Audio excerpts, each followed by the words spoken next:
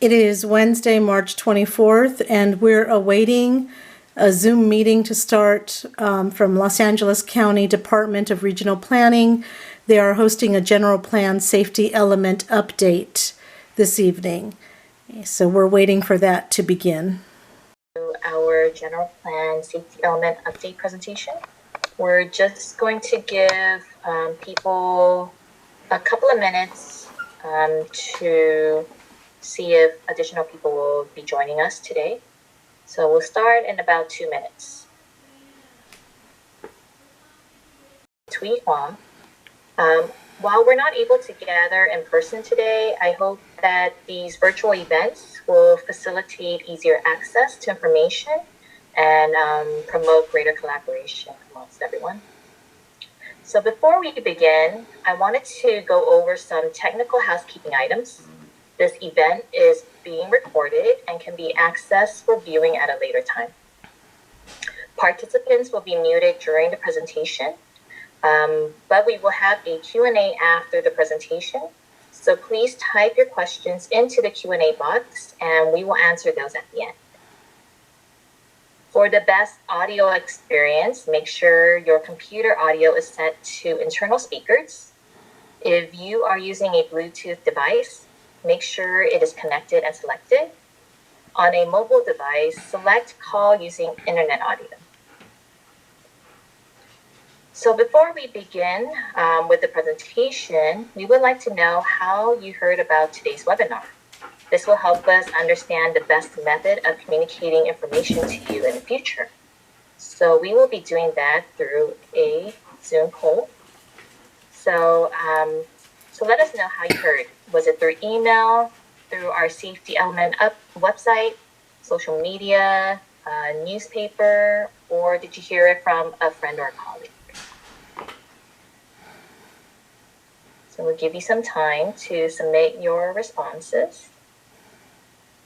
Okay. And it looks like the majority of the attendees heard about this event through email. Thank you so much.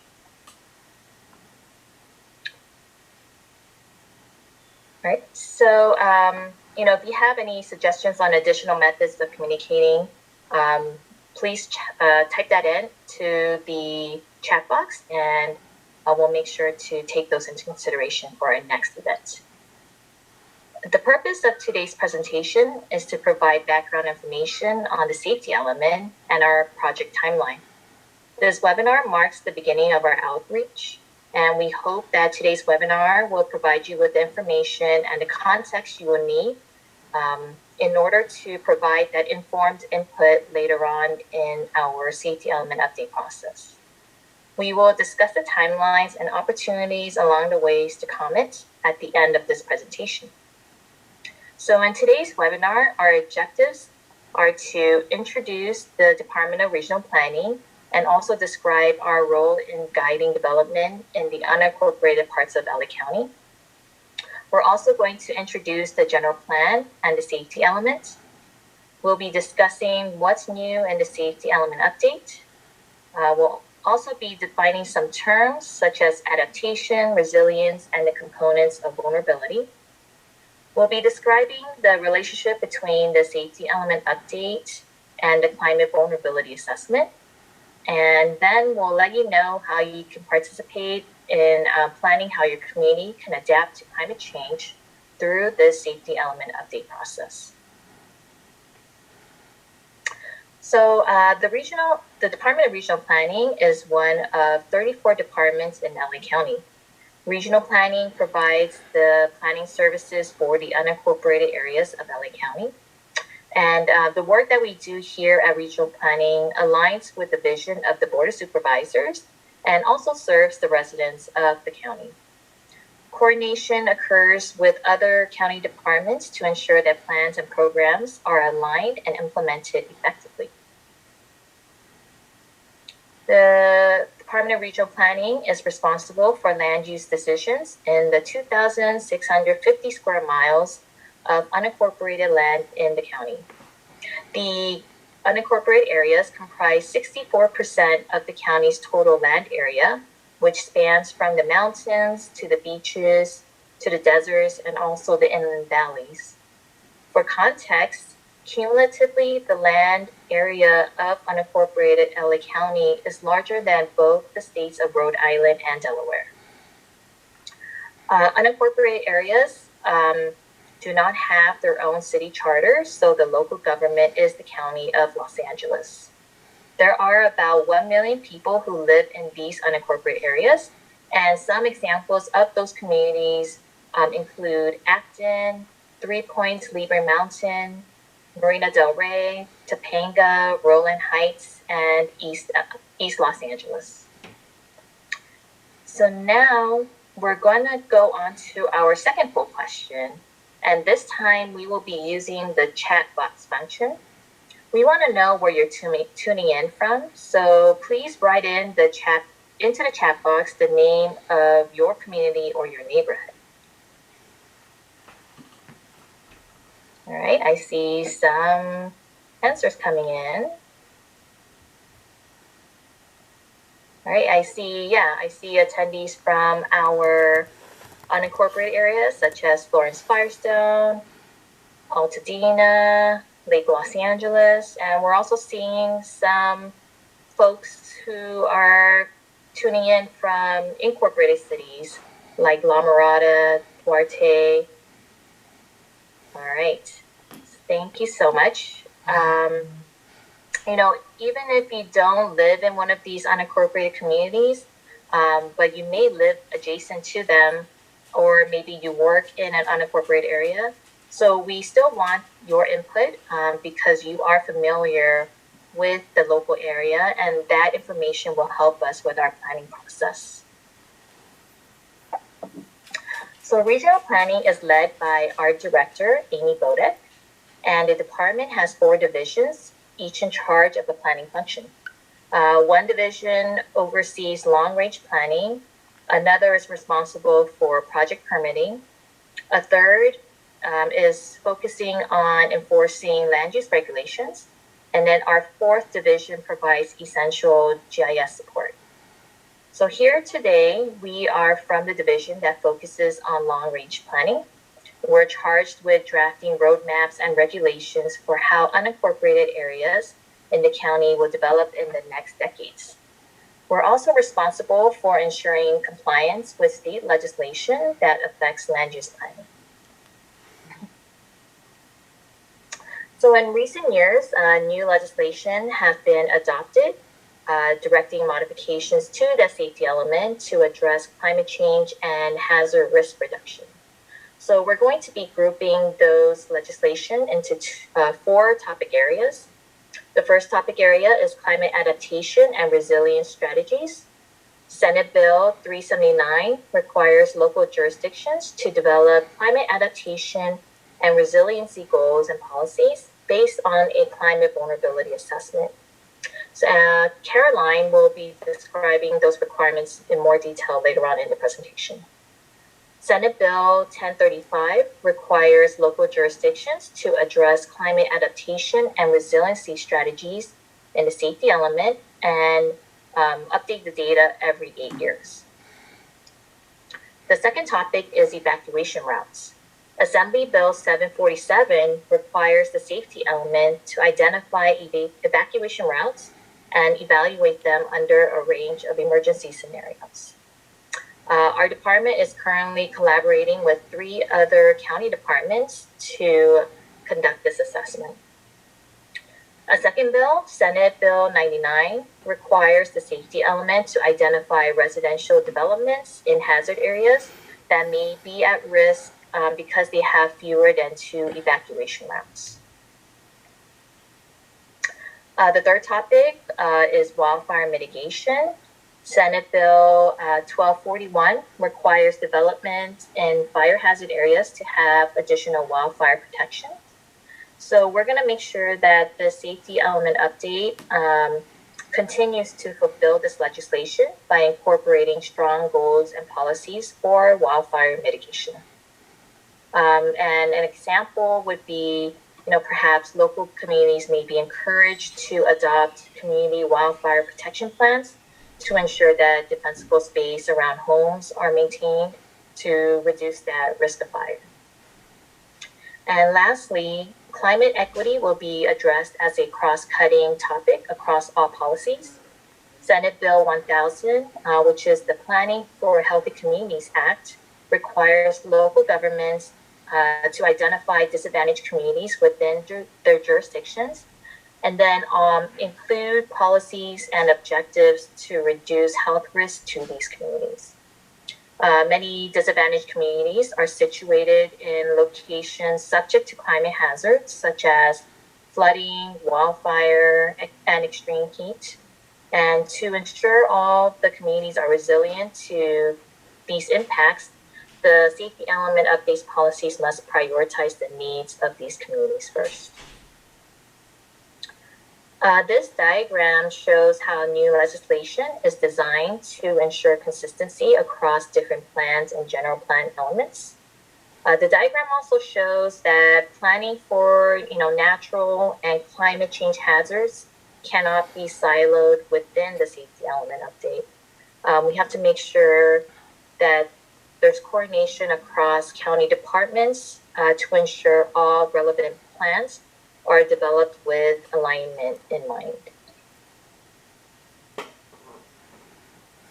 So we've mentioned the general plan and the safety elements, so let's dive a little deeper into what they are. The Los Angeles County General Plan is a comprehensive long-term plan which guides physical development and conservation. It embodies the vision for how the county will evolve and the direction the unincorporated areas will grow in the next 15 years. So like a book, the general plan has chapters known as elements, which you see here in this diagram. And each element contains goals, policies, and implementation programs that informs the land use decisions that are made. So our focus here today is the safety element, and this element was adopted by the Board of Supervisors back in 2015 as part of the general plan. So there are two main factors driving the need for an update to the safety element. So first, the new legislation previously, that I presented requires that we modify the safety element to address climate change and hazard risk reduction.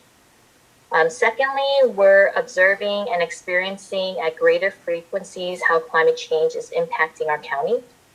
7 of the 10 largest wildfires in California's history have occurred since the beginning of 2017. The Bobcat fire last year was one of the largest in the county's history. And, the heat wave back in 2020 resulted in the hottest temperature on record for the region. We had an extended drought from 2011 to 2017, and then that was followed by an extremely wet winter in 2016 to 2017. So these are all signs that the frequency of extreme weather events are becoming a part of our new normal. And, according to the Intergovernmental Panel on Climate Change, the range of published evidence indicates that the net damage caused by climate change are likely to be significant and to increase over time. So as such, we need to tackle the projected potential hazard risks by preparing our communities in advance. So the goal of the safety element is to reduce the potential risk of death, injuries, property damage, economic loss, and social dislocation resulting from natural and human-made hazards. So the safety element currently has 4 sections, which is seismic and geological hazards, floods, fires, and emergency response. I will provide an overview of each of those sections in the next slide. So the topic of seismic hazard also includes geotechnical hazards, along with earthquake or seismic. Earthquakes can cause ground rupture, liquefaction, and landslides. So more than 50% of the unincorporated areas are comprised of hilly or mountainous terrain, and the vast majority of hillside hazards include mud and debris flows, active deep-seated landslides, and hillside erosions, and also human-induced slope instability. Flooding in Los Angeles County can be earthquake-induced or caused by climate change. Large underwater landslides have the potential to generate destructive tsunamis along the coastal areas in LA County. Also, the inundation of water caused by a catastrophic dam or aqueduct failure can devastate large areas and threaten businesses and residences. There are about 103 dams in LA County that hold billions of gallons of water and reservoirs. And a seismic activity can compromise dam structure and result in catastrophic flooding. Climate change is expected to produce longer and more severe droughts due to higher average temperatures, as well as greater and more frequent floods from extreme precipitation. Global warming causes ocean temperatures to rise and glaciers to melt, which contributes to sea level rise. And increasing sea level rise can cause coastal flooding, especially during tidal events. So although fires are a natural part of our wildland ecosystem, development in these wildland areas increases the danger of wildfire to residents, property, and to the environment. The increased fire frequency is the primary threat to wildland ecosystems. And those frequent fires cause habitat type conversion and also encourages the growth of invasive species. Wildland fire threats are increasing in part due to climate change, and the rise in temperatures and prolonged periods of drought increases the fire ignition potential and also may increase the frequency and the duration of wildfires. Also, due to the intensity of development, population density, and the difficulties of containment, the county must also devote major resources to controlling potential fire hazards in its urbanized areas. A catastrophic natural or man-made, or I guess human-made disaster has the potential to severely strain the emergency response and recovery capabilities, and it can profoundly impact the economy as well. The continued growth and development in LA County will significantly affect services like the fire department and the sheriff's department. So coordination amongst various county departments is necessary to ensure adequate emergency response. And that collaboration can also ensure that development occurs at a rate that keeps pace with service needs. So I've been talking about the terms goals and policies in this presentation so far, and that is in relation to our general plan. So strong goals and actionable policies allow county departments to use and implement the general plan effectively. So for those who are unfamiliar with the terms goals and policies, we define these terms, and we'll also show how those two correlate to one another. So here we define goals as a general direction setter that expresses the community's values. It may be abstract in nature and is generally not quantifiable or time dependent. A policy is a specific statement or diagram that guides decision making. It indicates a commitment of the county to a particular course of action. And a policy may be carried out through implementation programs and or by direct application of that policy. Here we have implementation programs, and those identify actions for carrying out the policies of the general plan. Each of these implementation programs identify a lead or partner agencies, and also provides general timeline, assuming the availability of adequate funding. So here in this slide, you see an example of our current goals and policies in the safety element today. So this is for the fire section, and we have goal S3, which states an effective regulatory system that prevents or minimizes personal injury, loss of life, and property damage due to fire hazards.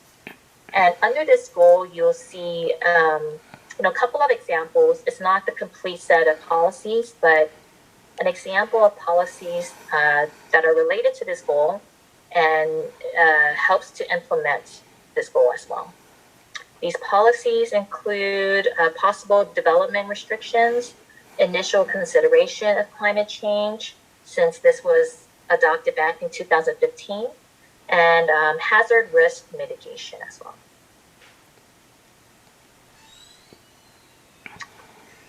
So, many of our goals and policies within the safety element directly influences how services are provided by other county departments.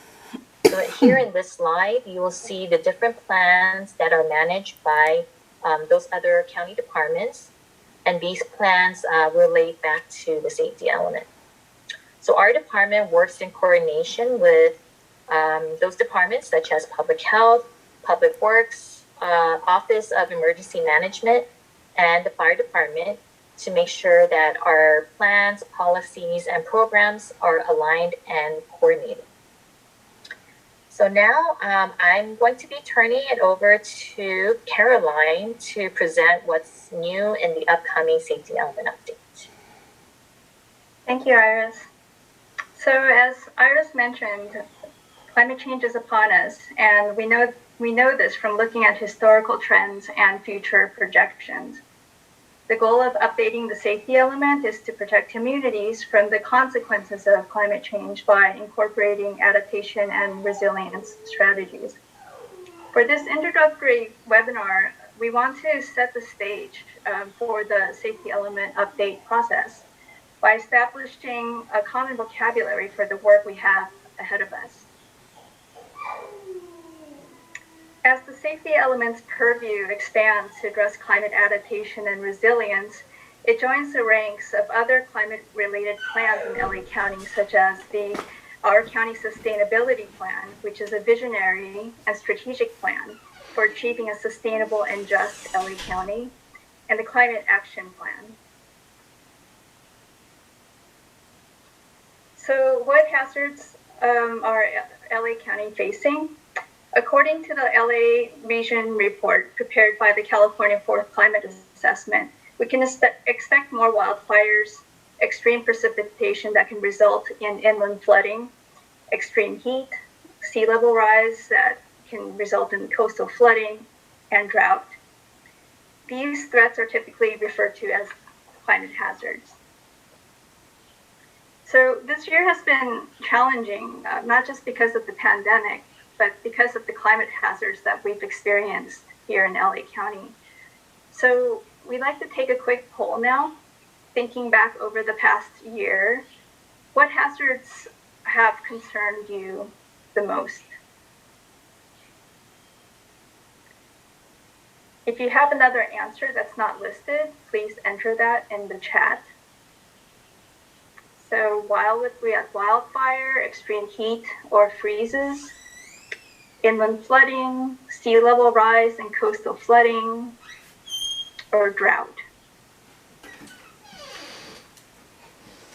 44% have voted. Let's get above 50. 50%, 55. All right. All right. So it looks like here we have 68% of you are interested or are concerned about wildfire, and 43% of you are concerned about extreme heat and cold, extreme temperatures. And it's interesting that 50% of you are concerned about drought. This is really good information for us because this will help us prepare our future presentations. and we have 5% interested in inland flooding and 3% interested in sea level rise and coastal flooding.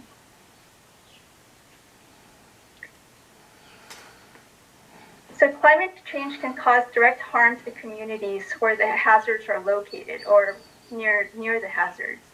But the original climate hazard can also trigger secondary impacts that cause harm to communities that are located further away from the original hazard source. For example, the Bobcat fire that started in the San Gabriel Mountains last year resulted in worsened air quality, not only in Los Angeles County, but in the counties of Orange, Riverside, and San Bernardino. The secondary impacts of the wildfire smoke resulted in very unhealthy values on the air quality index. Examples of other potential secondary impacts include an increase of vectors such as mosquitoes that may carry West Nile virus, increased levels of ozone that are caused by extreme heat days, salt water that can intrude into freshwater wetlands and harm the wildlife and flora that call these habitats their home, and valley fever, which can be a result of increased dust and fungal spores that disperse when there are drought conditions. Now let's hear from you for poll number 4. Please let us know what secondary impacts you're most concerned about.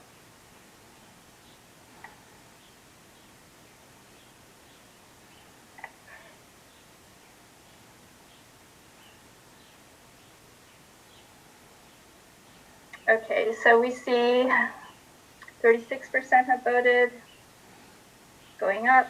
Okay, we're above 50, we're at 54%, 59, 60. 65% of you have voted. All right.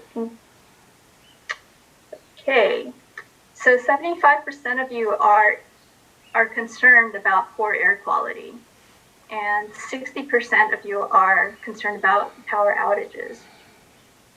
And this is also quite interesting. 18% of you are interested in, are concerned about not being able to purchase insurance, which is something that we've heard from our colleagues up in Santa Barbara. And 10% are concerned about valley fever.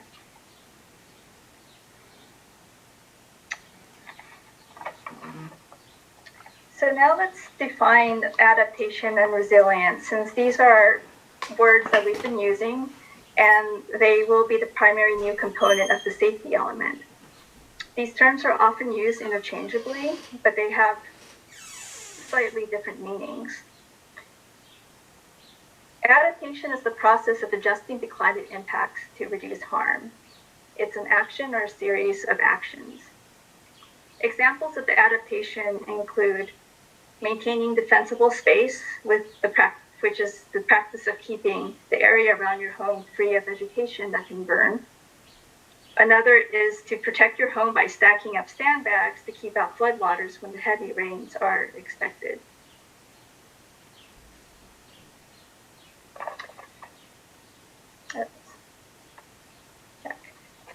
So now let's define resilience. Resilience is in this context, is defined as the capacity of a business, community, or natural environment to cope with and respond to climate impacts, while also maintaining the capacity to transform to meet future challenges. Put simply, resilience is the process of adapting well.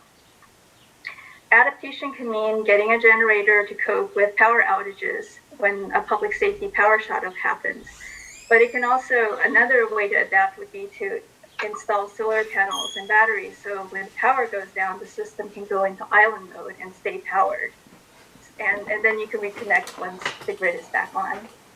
The difference is the first solution will still release carbon from burning diesel fuel into the atmosphere, and can also expose your family to carbon monoxide risk.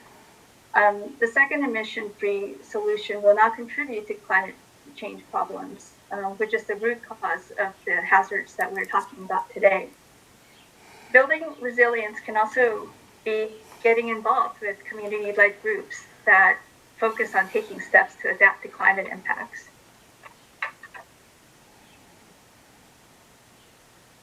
So how does the adaptation planning process start? So we begin planning with climate adaptation and resilience in mind by asking the questions of what and then how much.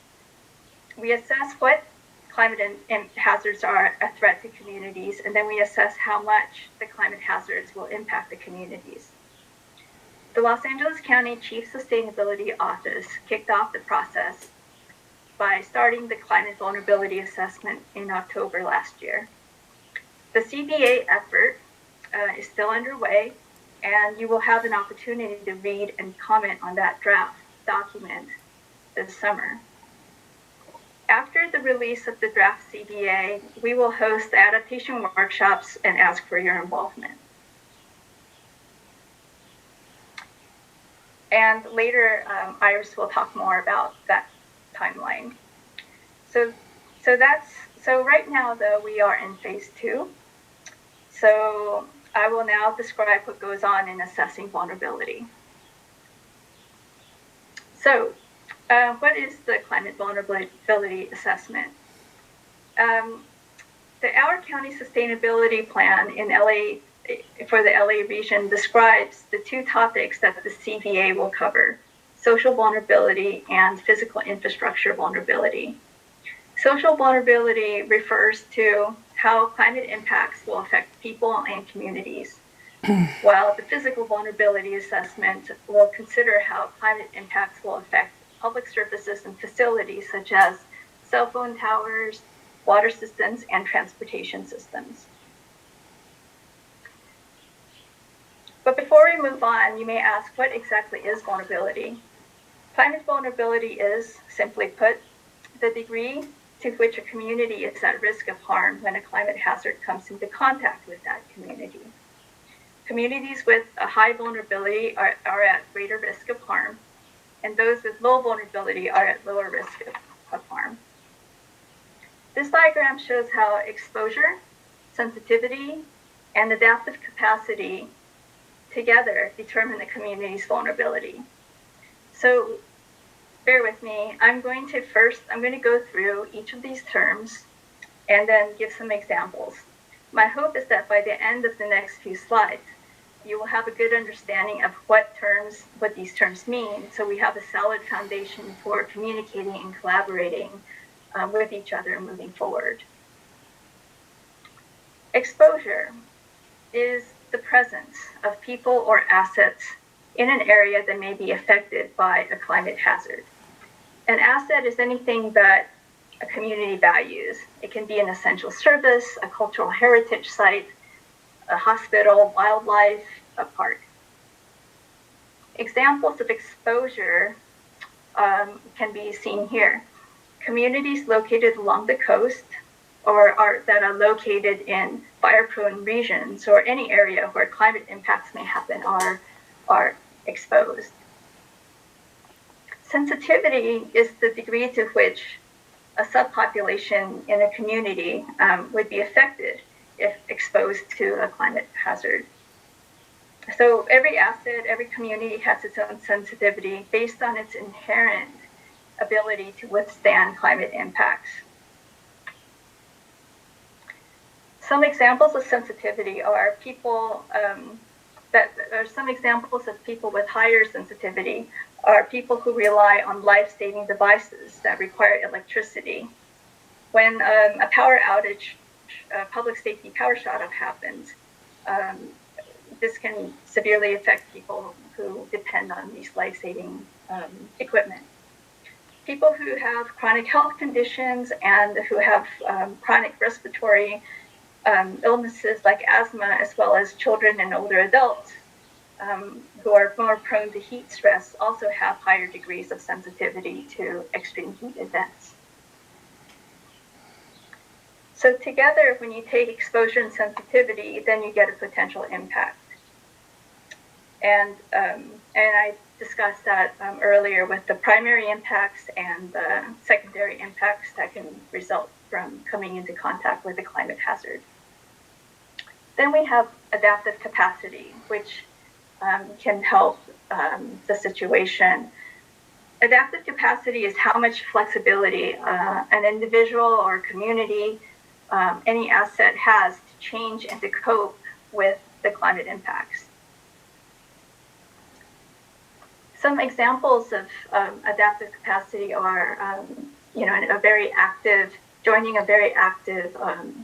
fire safe council, or living in a place that has a very thick overhead canopy from trees.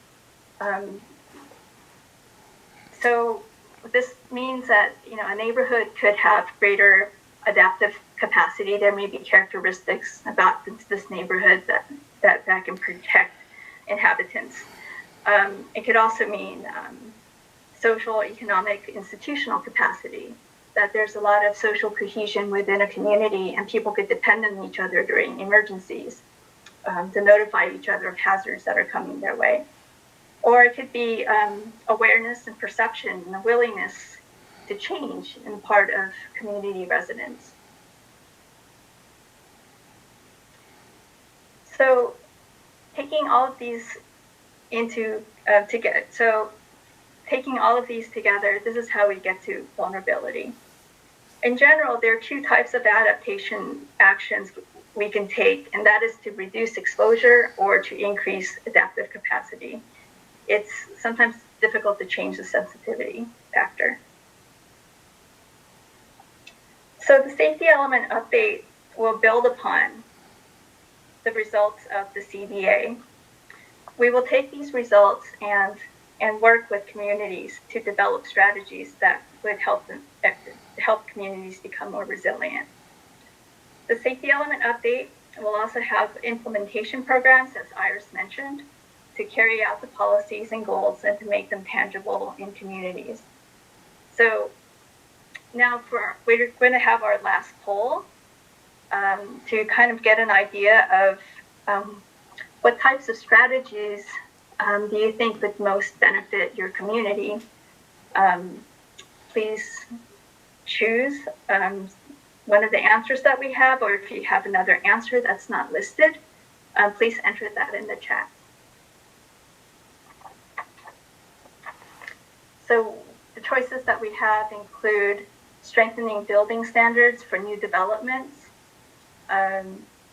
streamlining post-disaster recovery processes, supporting community-based organizations to lead local resilience efforts, using design and site planning to mitigate climate hazards. And what example that I can give of that is maybe encouraging businesses to provide shade along pedestrian walkways so that pedestrians can have some protection from the sun on heat days. And also the last choice that we have offered is provide incentives for residents to retrofit at-risk properties. Okay, 55% of you have voted, 58, 60. Can we get up to 75, 65? Okay, maybe we're at 65. All right. So it looks like 32% of you are interested in incentives for residents to retrofit at-risk properties. And then 29% of you are interested in that the county support community-based organizations to lead local resilience effort. That's really exciting for us to hear. And then 13%, there's like a three-way tie for strengthening building standards for new developments, streamlining post-disaster recovery processes, and urban design and site planning to mitigate climate hazards. Great. Thank you.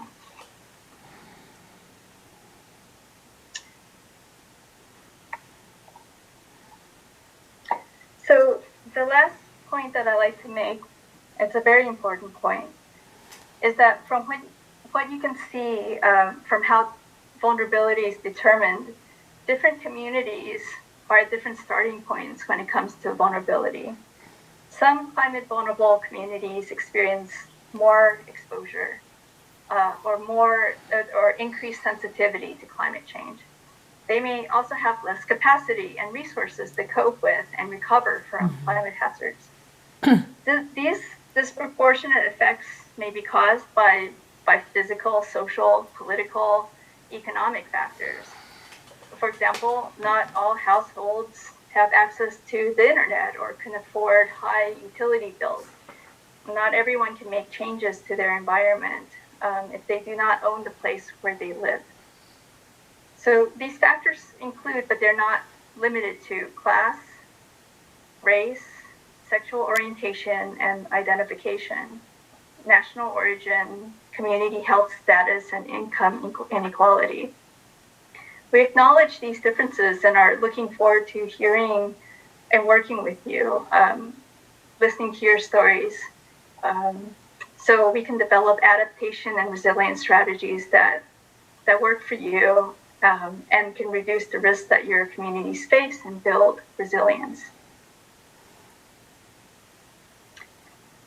As mentioned before, the Chief Sustainability Office's effort to develop the CVA is ongoing, and they have been conducting public outreach. One story that has stayed with me from participating in the development of the CVA is how climate hazards are experienced differently by different community members.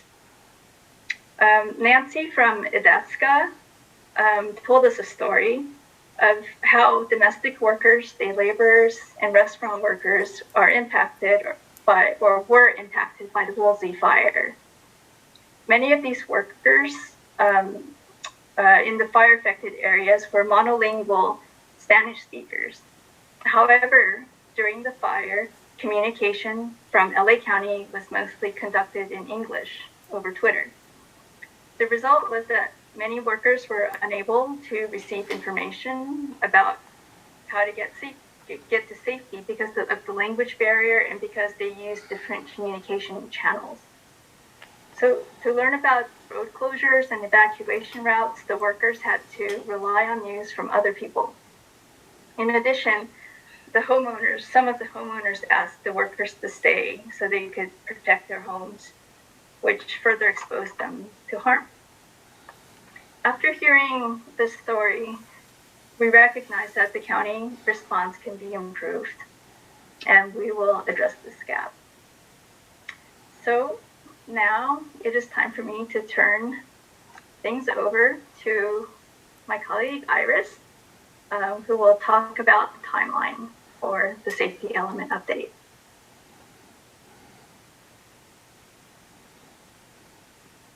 All right, so that brings us to the end of our presentation. Let's see if we could get the slide with the timeline up. So yeah, so before we get into the Q&A portion of today's webinar, I wanted to go over the timeline for our safety element update. And we'll be showing you, what our next steps are and how you will be able to engage with us and provide your input at different points of this process. And so here today, you're attending the intro to the safety element. And the purpose of today's webinar was to provide you with that background information and context and help set you up to be involved in the next steps of our project. The next opportunity to engage is by commenting on that draft climate vulnerability assessment that will be released this summer. The CVA sets a baseline of vulnerabilities so that your community is experiencing. So it's important that you provide your input so that this baseline accurately reflects the vulnerabilities that you experience on the ground. And after the draft CVA is released, we will start holding the climate adaptation workshops. That will also take place this summer. And these workshops are an opportunity to help shape the goals and policies that will be included in that draft safety element. So what we're going to be doing is workshopping ideas on what you as members of the public think may be the best adaptation strategies for your communities, and allow us to develop a safety element that reflects the needs of your communities. We anticipate releasing the draft safety element in the fall. And at this point, your comments on the draft safety element will be to fine-tune the proposed goals and policies. The public hearings at the Regional Planning Commission and Board of Supervisors are anticipated to start in the winter of this year. All public hearings are great opportunities to provide public comments. And, we hope that this webinar provided you with some useful information that heightens your awareness of vulnerabilities and adaptation. And, we ask that you start collecting your stories or your observations on how climate change is impacting your community. And then we invite you to join our adaptation workshop in the summer and let us know, how we can play a role in increasing your community's resilience. So now we're going to start the Q&A portion of the webinar. Again, please use the Q&A box to type your questions in so that we can answer some of them. So let's see.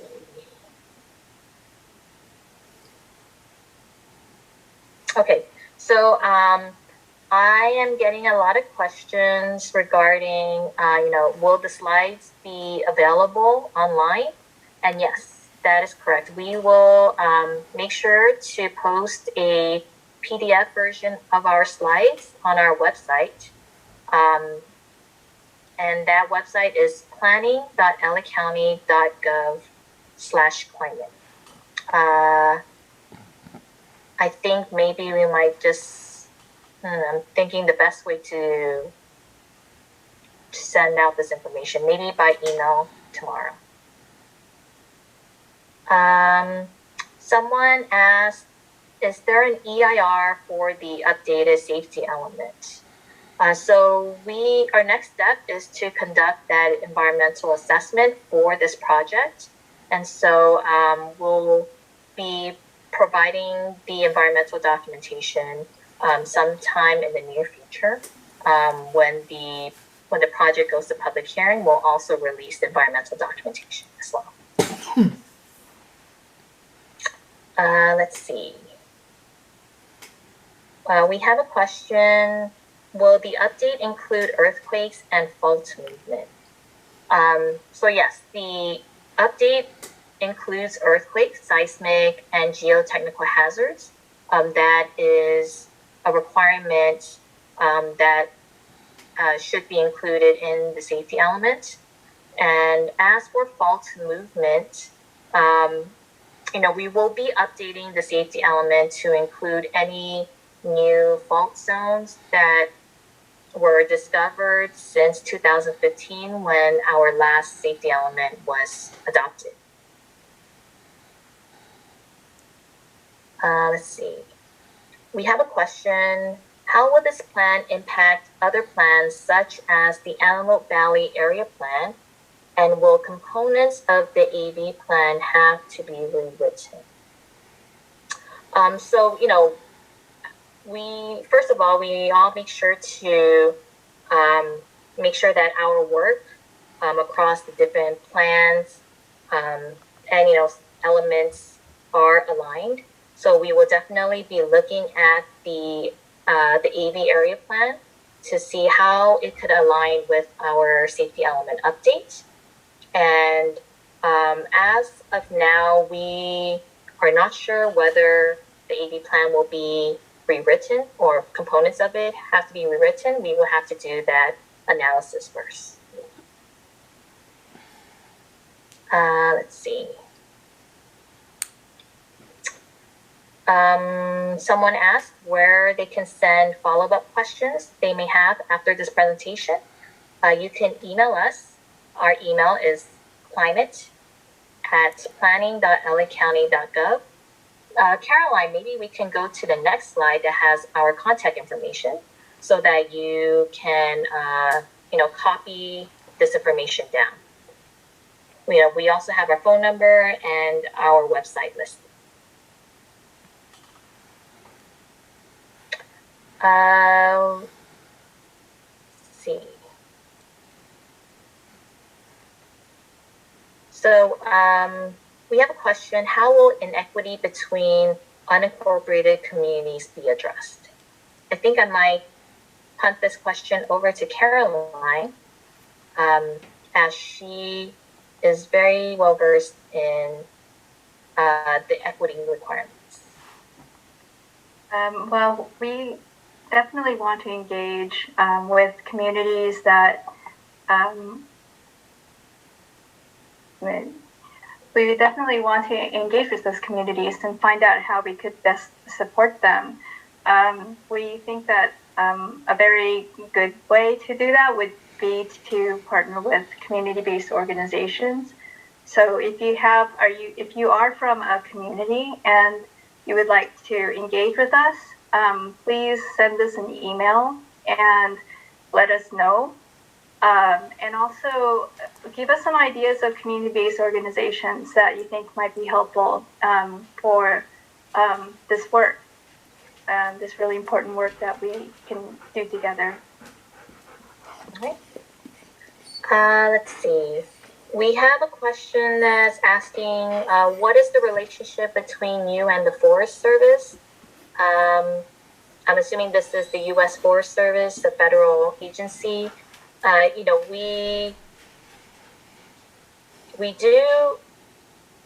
don't work directly together since our county fire is responsible for managing wildfires or fire services in the unincorporated areas.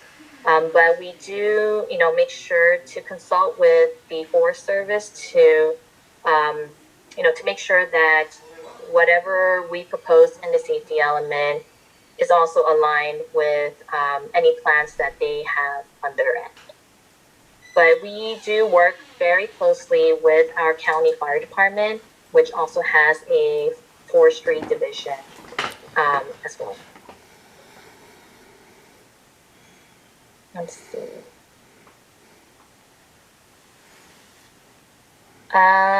We have a question: how will you coordinate with LA City, South Coast AQMD, etc.?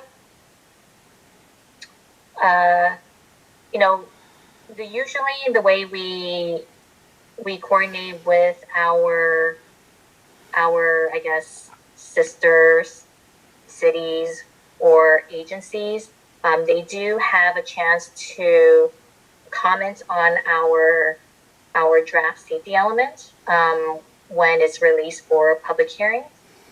But I believe that the CBA that the Chief Sustainability Office is conducting covers the whole city or the whole county, not just the unincorporated areas. So I am assuming that there is much coordination occurring in that process right now. The Chief Sustainability Office did hold a city summit in the fall of last year, and they also have representatives from like LA City and other jurisdictions on their advisory board. Okay, let's see. We have a question that says, it's going to be tough to assess flood risk accurately with 40-year-old FEMA mapping. Will you be proceeding based on this out-of-date information, which significantly underrates flood risk? Caroline, do you have? Yeah. I could take a stab at that. For the climate vulnerability assessment, there will be projections of coastal flooding from using the USGS coastal storm modeling system from Cosmos. So we are aware that the FEMA flood maps don't take climate, they're not taking that into consideration. So, stay tuned for the, for the CVA because it will have more updated information. Okay. Let's see. We have a couple of questions asking, how will we be involved with CAL FIRE? And so, CAL FIRE, their planning division will be reviewing our draft safety element before it goes to public hearing. And so that review ensures that we are meeting all the state requirements that's required, especially for the fire section. And if I can add, we've been in close touch with planners at CAL FIRE. We've met with them to talk about evacuation routes. So yeah, they're really great partners, really supportive. Okay. Let's see. I'm going to go to the chat because it seems like there are a couple of questions coming in that way. Let's see. So one question was, how do the SEA, the significant ecological areas, align with the safety element update? The safety or the SEA's, the SEA program is actually implemented through our conservation and natural resources element of the general plan. But we do make sure that there is consistencies between the safety element and any other elements in our general plan. And so, we'll make sure that, any, goals and policies that we're proposing in this update will also align or not conflict with other goals and policies and the other elements as well. Okay. Another question was that, we said that a goal is a direction setter expressing the community's values, and that a policy is a statement that guides decision making and establishing commitment of the county to a particular course of action. However, this sounds like there is not a connection between plan goals, which is what the community wants, and plan policies, what the county is going to do. Is that correct? And in the words, will the new plan policies, what the county will do, reflect the new plan goals, what the community wants? It seems like for this question, it seems like we have to make sure that we do talk to the communities that, that will be, affected by perhaps proposed policies that are presented.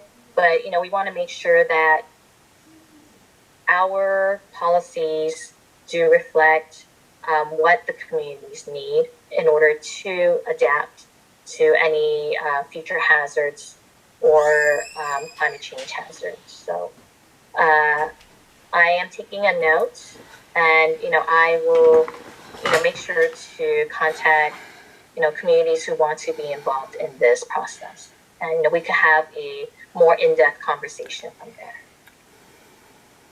All right, so it's 7:00. We got a lot of questions, so I'm sorry that we're not able to cover all of them. But if you want to continue this conversation with us, please email us at climate@planning.lacounty.gov. I think at this point, emailing us is the best way to contact us since we're not in the office at this moment due to the pandemic. and we'll make sure to touch base with everyone. All right, thank you so much for attending, and have a great night.